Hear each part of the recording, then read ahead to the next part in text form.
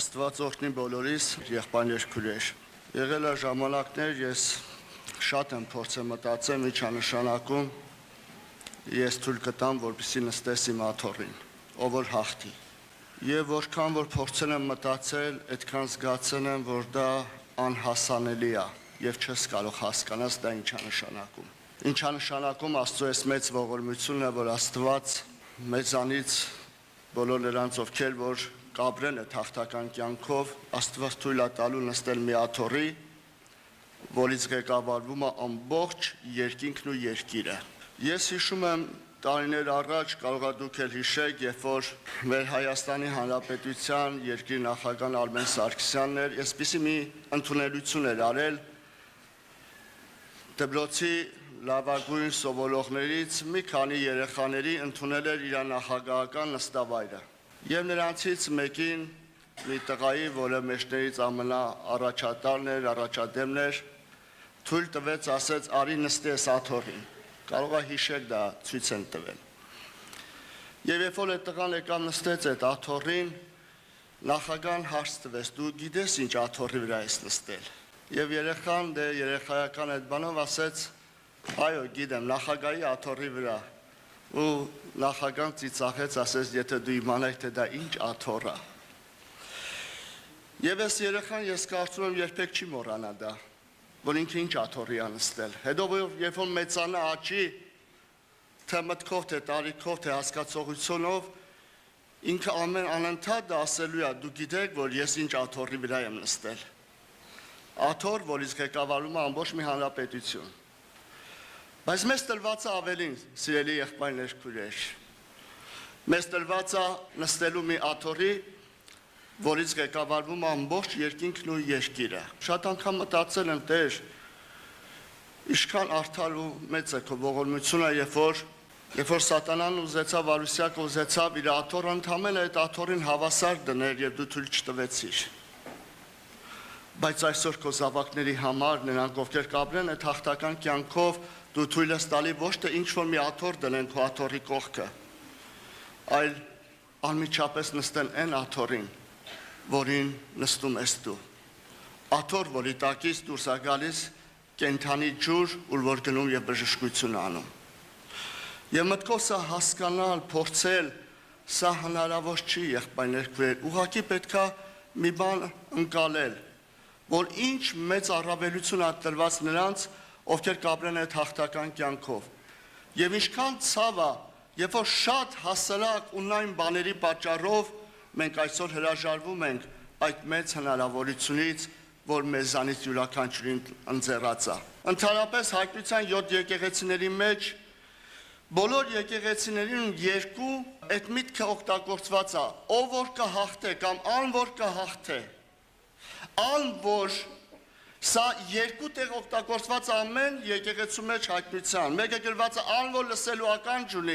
եւ մյուսը ան որ կհաղթե։ Սա 7 եկեղեցիներում գրված է։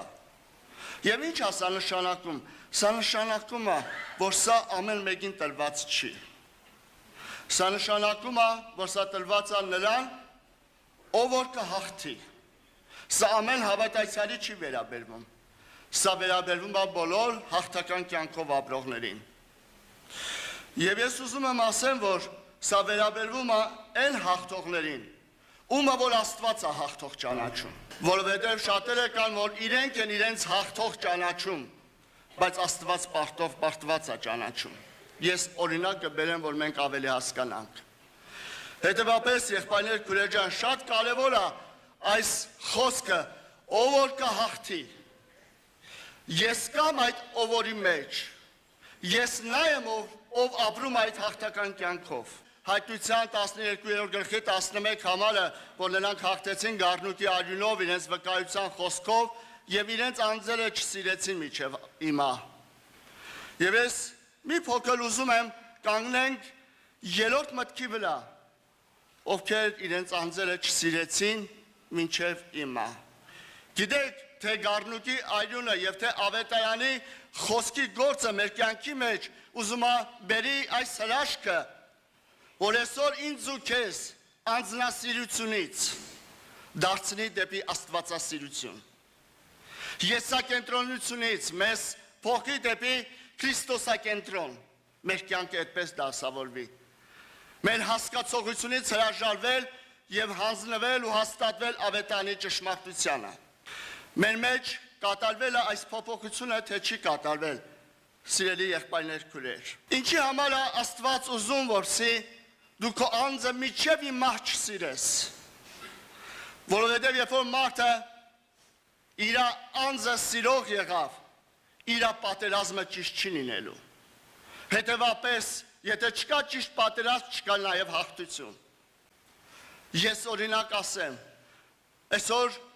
միգուցե որոշներս պատերազմում ենք ոչ թե աներևույթ թշնամու դեմ, այսօր շատերիս պատերազմը մարմնի եւ արյան դեմ է, եղբոր, քրոջ կամ չգիտեմ, ինչ որ մեկի դեմ։ Ես ուզում եմ ասեմ, այդ պատերազմի մեջ դու չունես հաղթություն։ Կարող է տարիներ պատերազմես, Կայելի նման Աբելին քո կյանքից հեռացնես, բայց հաղթություն չես ունենա։ Դու կարող ես Իսրայելի 11 ցեղերի նման Բենյամինի դեմ պատերազմես, 16 զոհեր, բայց հաղթություն չես ունենա։ Հնարավոր է որոշներս պատերազմում ենք, եւ մեր պատերազմը ոչ թե սրբության համար է, այլ շատերիս պատերազմը աշխարհին վայելելու կամ աշխարհին նմանվելու համար է։ Եվ ցավով ասեմ, որ այսօր շատ երիտասարդների պայքար են դրա համար է։ Ես ասեմ, որ այստեղ դու կարող ես նմանվել, դու կարող ես հասնել քո նպատակին, դու կարող ես նմանվել աշխարհին, բայց դու հաղթություն չես ունենա։ Շատերիս պատերազմը միգուցե մեր ցանկությունների բավարարման համար է։ Կարող է հասնես նրան, որ քո ցանկությունը բավարարվի, բայց դու հաղթություն չես ունենա։ Հետևաբար, անձը սիրելը, երբ որ մարդը դառնում է անձնասեր, նրա պատերազմները ճիշտ չեն ընթանում։ Այդ վիճակի մեջ հայտնվեց Սավուղը, եղբայրներ, քույրեր։ Ես ուզում եմ կարդալ առաջին թագավորաց 15-րդ գլխից։ Հիշում եք, երբ որ կար պատվելը Սավուղին, որ ամաղեք ամբողջության բնաջինջ կանես եւ ոչինչ այնտեղից չբերես, ամեն բան կնզովես։ Բայց երբ որ Սավուղը եկել էր պատերազմից հետո, գիտեք, եւ թագավորին էր խնայե եւ բարարտ անասուններից վերցրել ու բերել էր, եւ Կալմեխոսում գրված է հաղթության կոթող կանգնեցրեց իրեն համար։ Սիրելի եղբայրներ, քույրեր, հետաքրքիր էր, Սավուղը իրան հռչակեց որպես այդ պատերազմի մեջ հաղթած թագավոր եւ եկել էր եւ հուշարձան էր կանգնեցրել, որ ինքը այդ պատերազմի մեջ հաղթող է եկել։ Ես ուզում եմ հարց տամ, իսկ Աստված ինչպես է նայում Սավուղին, որպես հաղթած թագավոր, թե որպես պարտված թագավոր։ Եվ Սամվելը մոտենում է Աստծո հրամանով Սավուղին, որովհետև Սամվելը արդեն տեսնում էր, Սամվելը արդեն Աստծուց ուներ գնա, որովհետև Սավուղը չկատարեց իմ ասածը։ Աստված Սավուղին նայում էր որպես մի պարտված թագավոր, մի անձ, որից շուտով թագավորությունը պիտի գնար։ Բայց երբ որ Աստված նայում էր նրան պարտված, այդ ժամանակ Սավուղը հաղթության հուշակոթող էր կանգնեցնում։ Այսօր շատերս մեր հաղթության հուշակոթողը մեր կյանքում կանգնեցրել են, բայց ես ուզում եմ հարց տամ, իսկ ինչ ես կարծում, Աստված ինչպես է նայում քեզ։ Մենք հռչակել ենք մեր ներսում հաղթություն, որովհետև մտածել ենք, որ մեր արդարությունը հաստատել ենք, շատերին կարողացել ենք շատ բաներ համոզենք եւ այլն, եղբայրներ, քույրեր, հասել ենք մեր նպատակին, մեր ցանկությունը կատարվել է։ Կարողացել ենք ինչ-ինչ բաներով վերջը աշխարհից ինչ-որ բաներ մեր կյանքի մեջ ներս բերենք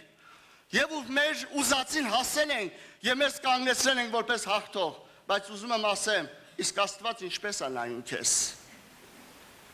Եվ արդյոք Աստված քեզ նայում է որպես հաղթած։ Եվ երբ որ Սամվելը մոտենում է այդ ժամանակ, եղբայրներ, քույրեր, եւ Սավուղը ասում է, որ ես ամբողջությամբ արեցի այնպես, ինչպես որ Աստված ասել էր։ Սամվելը ասում է, բա այս անասունների ձայնը ինչ է։ Եվ զրույցը հիշում եք, հասնում է այնտեղ, երբ որ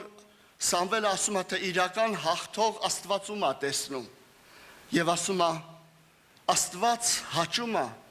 այսինքն Աստված հաղթող է տեսնում նրան, ով որ իր խոսքն է կատարում, բայց դու չկատարեցիր այդ խոսքը։ Սիրելի եղբայրներ, քույրեր, հիմա Աստված երբ որ նայում է մեզ, ինչպես է մեզ տեսնում։ Այսօր շատել ես մեր հաղթության, մեր փառքի, մեր եսի հուշարձանը մեր կյանքի կարմեղոսում կանգնեցրել են եւ մեր կյանքը կառուցում ենք այդ հուշարձանի շուրջ։ Շատերին ցույց ենք տալիս այդ հուշարձանը։ Բայց Աստված ինչպես է նայում ինձ ու քեզ։ Այսօր մեր փառքը, մեր եսակենտրոնությունն ենք ուզում հաստատենք, մեր ուզածն ենք ուզում հաստատենք։ Հիշիր, Աստված քեզ ուրիշ աչքով է նայելու եւ ասելու է դու այդպես է չպահեցիր իմ խոսքը, որ հնարավոր է որ քո կյանքում լինեն պարտություններ, բայց կոնտրությունը լինի Հիսուսը։ Եղբայրներ, քույրեր, ես չեմ ուզում որպեսզի մենք մեզ խաբենք եւ ասենք մեր ընտրությունը Հիսուսն է։ Եթե մեր ընտրությունը Հիսուսն է, ընդունում եմ, որ դու կարող ես ունենալ պարտության կյանք, բայց ուր է քո պայքարը։ Ուր է քո պայքարը։ Երբ որ գալիս եւ ասում են եղբայր ջան, այս ինչ բանը չեմ կարողանում չանեմ, բայց ասում եմ իմ ընտրությունը Հիսուսն է։ Իսկ ես հարց եմ տալիս, իսկ ազատվելու համար դու ինչ ես արել։ Ունեցել ես ծոմ, ունեցել ես սուգ, ունեցել ես տառապանք, եկել ես ողբալու եւ լացելու, ասում եմ ոչ։ Ասում եմ բա ոնց հասկանամ, որ քո ընտրությունը Հիսուսն է։ Սիրելի եղբայրներ, քույրեր, միգուցե մենք մեր կյանքը կառուցում ենք եւ շատ հարցերի մեջ մենք մեզ նայում ենք որպես հաղթողներ, բայց Աստված ինչպես է նայում մեզ։ Եվ երկրորդ կետը 15 համարը, որ ուզում եմ նույն 15-րդ գլխի կարդամ, երբ որ մարդը լինում է կամ իր կյանքը կառուցում է իր անձի շուրջը, իր անձնասիրության շուրջը, երկրորդ բանը, որ այդ անձի կյանքում կատարվում է, հետևյալն է։ 15 համարում ասում է եւ Սավուղն ասեց. «Ամաղեկացիներից է բերին նրանց, որովհետև ժողովուրդը խնայեց լավ ոչխարները եւ արջարներին, որ նրանց քոտեր Աստծուն զոհ մատուցանեն, իսկ մյուսներին փչացրեցին»։ Ես այստեղ մի նուրբ կետի վրա եմ ուզում ցույց տամ, որ այստեղ Սավուղը ասում է. «Ես նրանց բերեցի քոտեր Աստծուն զոհ անելու»։ Ինչ է սա նշանակում։ Սա նշանակում է ուշադրություն դարձրեք։ Սավուղը չի ասում բերեցի մեր Տեր Աստծուն զոհ անելու։ Նա ասում է բերեցի քո Տեր Աստծուն զոհ անելու։ Դա գրված է նորից 21 համարում, դա գրված է 30 համարում, այնտեղ էլ է գրված. ես այդ ամենը արեցի քո Տեր Աստծո համար։ 30 համարում ասում է ես մեղանչեցի, բայց արի այդան, որ քո Տեր Աստծուն երկրպագություն անեմ։ Ես ինչ եմ ուզում այստեղ, որ մենք ուշադրություն դարձնենք։ Երբ որ մարդը իր հոգևոր կյանքը իր անձի շուրջը սկսում կառուցել, նա սկսում է օտարանալ աստվածային կյանքից։ Ինչպես որ Սավուղը։ Սավուղի այս արտահայտության մեջ քո Տեր Աստծուն, ոչ թե մեր Տեր Աստծուն, այլ քո Տեր Աստծուն ցույց է տալիս արդեն նրա ներսում աստվածային կյանքի այդ Աստծո նկատմամբ իր ներսի օտարացումը։ Երբ որ մարդը կառուցում է իր հոգևոր կյանքը, իր անձի, իր ցանկությունների շուրջը, նա օտարանում է ավետարանից։ Եվ դրա համար, երբ որ ավետարանի խորհուրդ է խոսվում, շատերս այդ լսելու ականջ այլևս չունենք։ Շատերիս համար ավետարանի խորհուրդը այսօր օտար է։ Ավետարանի կյանքը մեզ համար օտար է դառել։ Շատերս հարց են տալի եղբայր, իսկ ինչ է դա խանգարում։ Միթե Աստված սրան է նայում, գիտես ինչի համար ես ես հարցը տալիս, որտեղ ներսդ ավետարանին արդեն օտար է։ Որովհետև իմ կյանքը կառուցվում է իմ անձի, իմ ցանկությունների շուրջ եւ ավետարանի շատ խորհուրդներ ինձ համար օտար են դառել։ Ամուսնական շատ առաջարկներ, ընտանիք կազմելու շատ գաղափարներ ավետարանին օտար է։ Այսօր մեր մոտեցումը մեր անձնական կյանքի ընտանիք կառուցելու առաջարկության համար շատ դեպքերում մենք տեսնում ենք, որ այդ ամենը ավետարանին օտար է դառել։ Մեր գաղափարները, մեր նպատակները, երիտասարդների նպատակները ավետարանին օտար են դառել այսօր։ Ավետարանը օտար է դառել, որովհետև օրերով չունես Սուրբ Գրքի հետ հաղորդակցություն։ Ինչի՞, որովհետև այդ ավետարանը այլևս քո մեջ օտար է դառել։ Այդ կյանքը օտարանում է գնալով քո մեջ։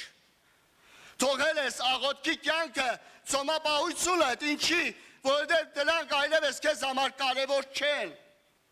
Որովհետև դրանք մեզ համար օտար են դարել։ Եվ գնալով աստվածային կյանքը, մեր կյանքում օտարանում է, սա չի բերի հաղթություն։ Ես Սավողի կյանքում, երբ որ Սավողը իր կոթողներ կանգնեցնում, մենք տեսնում ենք Սավողի կյանքում արդեն մի կարևոր վթար էր տեղ ունեցել, նրա կյանքում Աստված օտարացել էր, իր թագավորությունն էր, իր հարազատությունը, եւ ամեն պայքարը իր թագավորության համար էր, եղբայրներ քուրեր։ Եվ գլխի մեջ 3 տեղ Սավուղը արտահայտվում է քո Տեր Աստծո համար։ Ինչքան կարևոր է, որ մենք այսօր տեսնենք քո ներսը սիրում է ավետարանը։ Եվ ես ուզում եմ, որ դու քեզ չխաբես։ Եթե քո ներսը սիրում է, ինչի առավոտ ավետարանով չես սկսում, ինչի օրը ավետարանով չես սկսում։ Եթե ներսդ սիրում է Հիսուսին, ինչի քո օրը իր հետ հանդիպումով չես սկսում։ Դու չես զգում, որ գնալով քո ներսը օտարանում է Աստծո հետ։ Քո ներսը ավելի հարազատացել է այս աշխարհի օրենքներին եւ աշխարհի ցանկություններին, աշխարհի հակուկապին։ Սա է հարազատանում քո ներսում եւ ոչ թե ավետարանի կյանքը։ Եվ երրորդ բանը, որ ուզում եմ ասեմ, եղբայրներ քուրեր, 21 համարը, որը Սավողի կյանքում մենք տեսնում ենք, ինչ է գրված 21 համարը, սակայն ժողովուրդը այն ավարից ոչխարներ ու աջարներ վեր առավ նզովացներից շատ լավերը, որ գագաղայում քո Տեր Աստծուն զոհեն։ Երրորդ բանը, որ ուստեղ ուզում եմ տեսնեմ, հետևյալն է, ասում է, եւ ժողովուրդը ինչ արեց, այն ավարից ոչխարներ ու աջարներ վեր առավ նզովացներից շատ լավերը։ Հետաքրքիր է Սավուղը ներկայացնում նզովացից լավերը։ Ես ուզում եմ հարց տամ, հնարավոր է նզովացի մեջ լինի լավ բան։ Ոչ։ Հնարավոր չի, ինչքան էլ ուզում անա պարարտ երևա, ինչքան էլ ուզում անա լավ երևա։ Շատ հետաքրքիր է Սավուղը արտահայտում, ես գիտեմ, որ դա նզոված է, բայց այդ նզովացի մեջ ես ման եմ եկել լավերը։ Ով չգիտի, որ Աստված աշխարհը մերժել է։ Ով չգիտի, որ Հովհաննես առաքյալը բարձ գնում է մի սիրի աշխարհը եւ ինչ որ նրա մեջ կա։ Ես կարծում եմ չկա մեկը, որ սա չգիտի։ Հարց, իսկ աշխարհի մեջ ինչ լավ բան ես փնտրում։ Ինչ ես բերելու այդ աշխարհից։ Ես Սավուղ ասում այդ նզովացից ես բերեցի, համարեցի, որ սրանք լավն են։ Եվ իր բերանի խոսքով ինքը պիտի դատվի, դու գիտեր, որ դա նզոված է։ Ինչի համար նզովացի մեջ լավ բաներ փնտրեցիր։ Ինչի համար մենք այսօր աշխարհի մեջ ենք, մեր փորձում կառուցել մեր կյանքը, որովհետև մտածում ես դեռ աշխարհից ինչ-որ մի լավ բան կարող է ձեռք բերես, բայց ավետարանը ասում է չկա աշխարհի մեջ լավ բան, աշխարհը կյանք չունի։ Բայց այսօր շատ երիտասարդներ աշխարհի մեջ դեռ ինչ-որ բաներ են փնտրում եւ փորձում են աշխարհից ինչ-որ բաներ բերեն իրենց կյանքի մեջ։ Ես ուզում եմ ասեմ, ինչքան է դու դա լավն ես տեսնում, Աստված աշխարհը իր բոլոր ցանկություններով նզովել է։ Եվ չկա աշխարհի մեջ լավ բան։ Հետևաբար, ինչ որ բերեցիր աշխարհից, Աստված դա չի ընդունելու։ Դա թույլ չի տալու, որ դու իրան զոհ անես։ Դա չի կարա ծառայի իր անվան ու իր փառքի համար, ինչ որ աշխարհից ես բերել եմ, որովհետև Աստված միանշանակ աշխարհը մերժել է։ Սիրելի եղբայրներ քուրեր, նայեք տեսեք, անձնակենտրոնությունը, ինքնասիրությունը, եսակենտրոնությունը ինչի է բերում։ Մարդը միշտ իրան տեսնում է հաղթող։ Մարդը միշտ իրան տեսնում է, կանգնեցնում է իր եսի հպարտության կոթողը եւ օր սկսում է օտարանալ աստվածային կյանքից եւ սկսում է նզովացների մեջ փնտրել լավ բաներ, որի մեջ երբեք լավ բան չի կարա լինի։ Աստված մեզ կանչում է հաղթական կյանք ապրելու առաջին բանը, Գառնուկի արյունը, ավետանի վկայության խոսքը ծառայում են նրան, որ դու չսիրես քո անձը մինչև հիմա։ Չսիրես քո անձը, քո անձին մեղք մի արի, քո անձը մի խղճա, որովհետև դա քեզ կտանի ուրիշ տեղ։ Եվ երկրորդ բանը, որ ուզում եմ ասեմ, սիրելի եղբայրներ, քույրեր, շատ կարևոր մի բան, գիտեք Հռոմեացիների թղթում 13-րդ գլխի 12 համարում ասում է գիշերը անցավ, հետևապես թողնենք խավարի բոլոր գործերը և հագնենք լույսի զենքերը։ Գիտեք, ավետարանը պատերազմի համար տալիս է Աստծո սպառազինություն, որը գրված է Եփեսացիների 6-րդ գլխում, և լույսի զենքեր, որը Հռոմեացիների թուղթն է ասում։ Ինչ է նշանակում լույսի զենքեր, եղբայրներ, քույրեր։ Պատերազմելու համար խավարի գործը այլևս պիտանի չի։ Մեզ տրված է լույսի զենքեր։ Ես բոլորը չթվարկեմ, բայց ասեմ 3 կարևոր զենք լույսից։ Առաջինը դա սերն է, որ գրված է սերը մահվան պես զորավոր է։ Ինչպես ոչ մեկ մահվան դեմ չի կարող կանգնել, այնպես է սիրո դեմ։ Հետևապես եթե ուզում ես հաղթական կյանք ապրես, լուծիր սերդ դիմացինի նկատմամբ, լուծիր սերդ Աստծո նկատմամբ, նայիր քո սիրուն,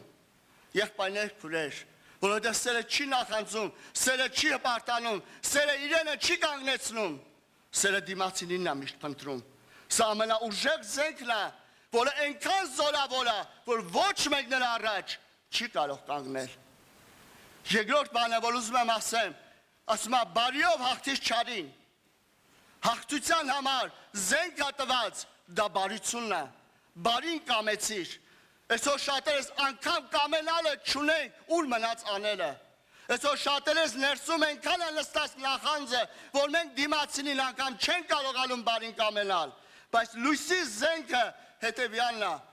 ուզում ես հաղթես, բարիով հաղթի չարին։ Եվ երրորդը, որ ուզում եմ ասեմ, դա քո խոնարհությունն է։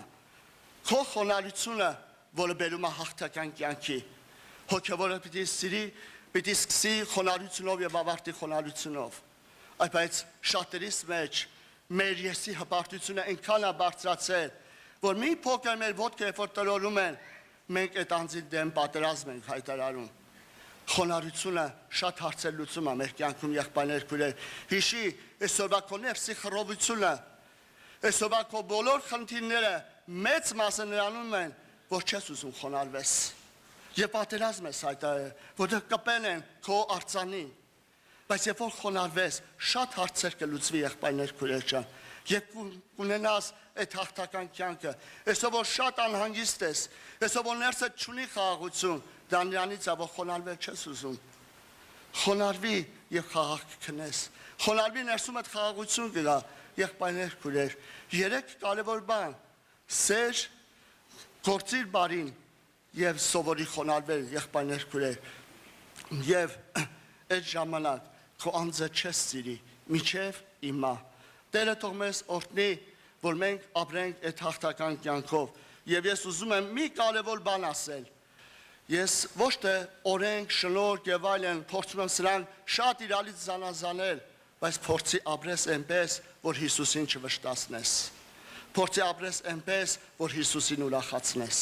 Փորձի ապրես այնպես, որ Հիսուսին հաճելի դառնաս։ Ապրիր այդպես ու կտեսնես քո կյանքում շատ բաներ պիտի փոխվի։ Տերը օրհնի, եղբայրներ, քույրեր, եկեք կանգնենք աղոթքի։